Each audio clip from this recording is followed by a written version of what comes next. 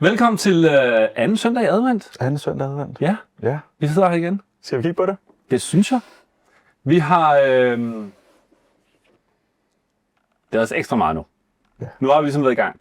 Men det første, vi har, som vi så i det sidste uge, så fik vi jo smagt noget champagne og nogle julekager til. Noget julebag, men tilpasset sådan lidt, så det der søde standardpebernød ting, der var det lige slået over i lidt andre noter og sådan nogle ting, hvilket jeg elsker sindssygt meget.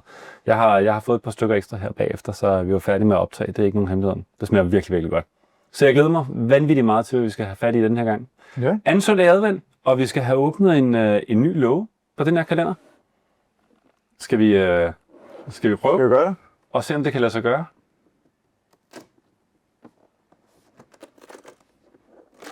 Jeg er lidt spændt på det her, fordi igen, vi har også haft det her. Sidste uge, der havde vi ren Chardonnay, Blanc de Blanc nede fra Paul Coran. Og nu skal vi have lidt mere power på, tak? Ej, der er et lille hjerte med os. Det er toppen. Den skal vippes lidt. Den skal vi besætte. Sådan der. Sådan der. Varis Hubert, som faktisk ligger nede i landsbyen Avis, nede i Côte de Blanc. Sidste uge havde vi Paul Coran. De ligger ikke i Côte de Blanc, men alle druerne, vi havde i hans Blanc de Blanc, var dernede fra.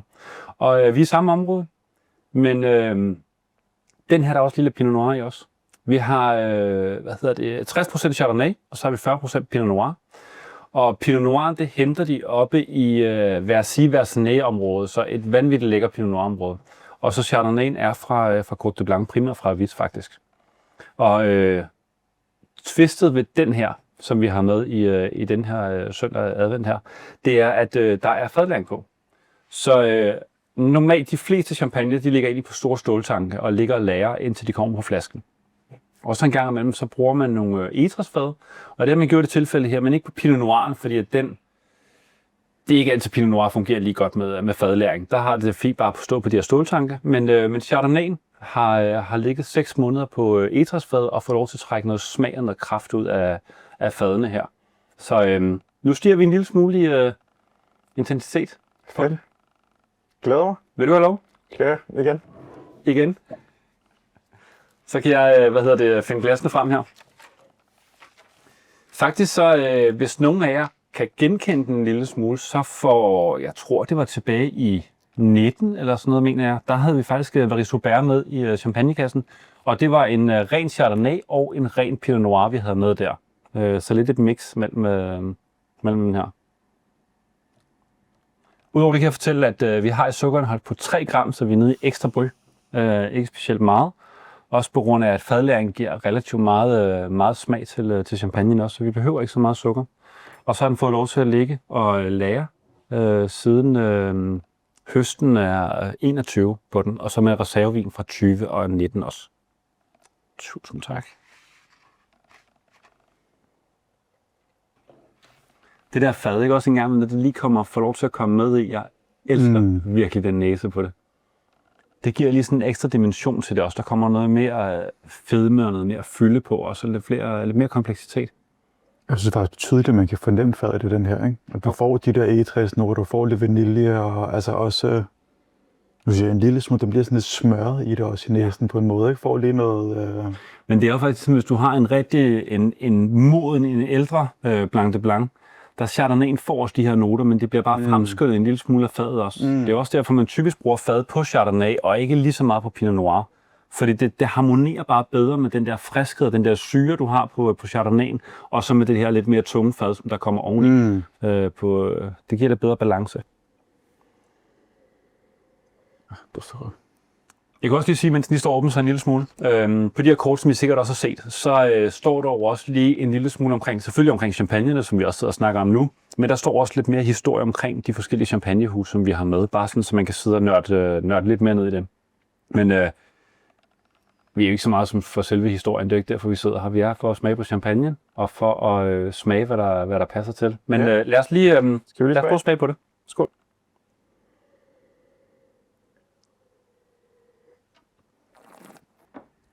Hvor voldsomt hvor frisk den er, lige når den kommer ind i munden. Altså meget mere frisket, nærmest mere frisket, end vi havde i sidste søndag. Selvom det var ren Chardonnay, så var den mere blød i det på en eller anden måde.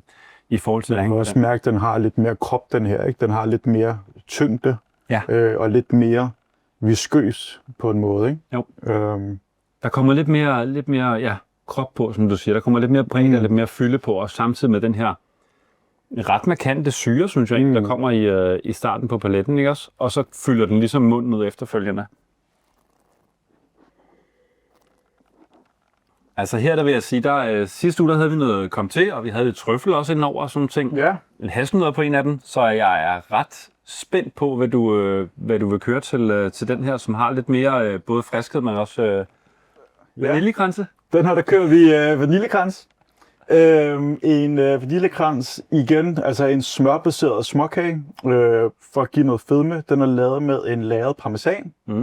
Så har jeg brugt gærflager, for at skrue lidt mere for umami. Gærflager, du bruger det som et vegansk alternativ til parmesan også. Og det giver lidt igen de her sådan lidt autolytiske noter, som også kan finde i champagne, men bare altså skru op for umami. Og så er der lidt timian i også, lige for at give dem en lille smule urtet. Og jeg synes, at igen, både de her gærflager og parmesan, og så det smadret, det passer sindssygt godt med. Det er der sådan et fad, du kan fornemme i. Ja. Det er faktisk, det lyder ret spændende, fordi at lige præcis det om parmesanen specielt, også i forhold til når du får den her fadlæring på. Jeg har fået på et tidspunkt var i champagne og smagt nogle forskellige champagne. Vi sad og smagte en Blanc de Blanc faktisk, med noget fadlæring, hvor det var sådan lidt, den smagte fint nok. Og så kommer der bare sådan et stort fad ind med brudstykker af parmesan også, og da vi fik det til, så åbnede den så fuldstændig op. Altså, det var vanvittigt så godt, det passer sammen. Så er jeg spændt på at høre, hvad du siger til dem her. Skal vi smage? Ja, lad os gøre det.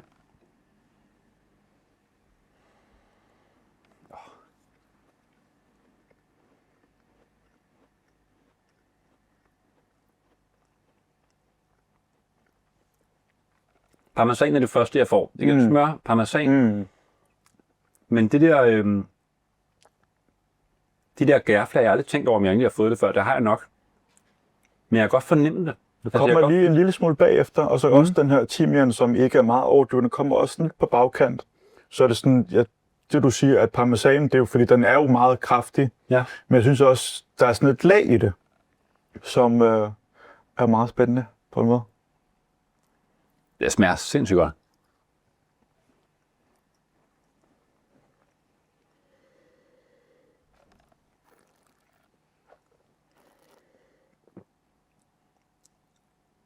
Jeg elskede min mormors vaniljekrans, ikke også? Men det her, det er lidt mere massivt, vil jeg sige. Men det er også meget sjovt, hvordan den, synes jeg elsker jo, hvordan mad spiller sammen med vin og champagne nu i det her tilfælde her. Ja. Jeg synes, du har stadig en frisk syre, der ligesom bryder igennem det her meget fede med deres småkærne. Men det er også som om, at frugten, den kommer lidt mere i forgrunden på en måde. Den bliver lidt mere frugtig, synes jeg, når man lige har smagt en småkage, som jeg synes er vildt spændende. Det er også, du tager lige toppen af den der syre, for den, jeg synes faktisk, den er ret kraftig, som jeg også snakker om før. I forhold til Blanc de Blanc, vi fik sidste uge, så er der lidt mere syre og lidt mere smæk på den her i starten, men det bliver ligesom brudt lidt ned af småkagen, og ligesom får en lidt bedre balance på, ikke også?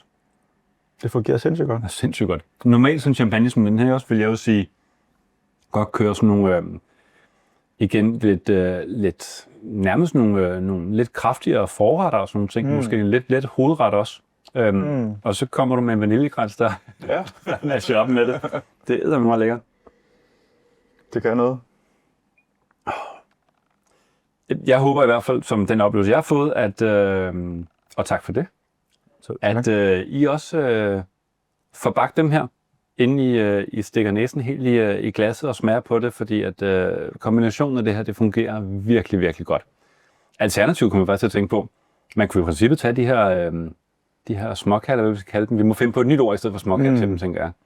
Men lave dem som sådan aperitif, som små snacks og starter og sådan nogle ting. Det er mad også.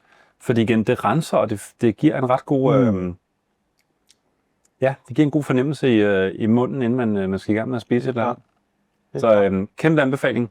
Men skål, og tak endnu en gang, og glædelig anden søndag.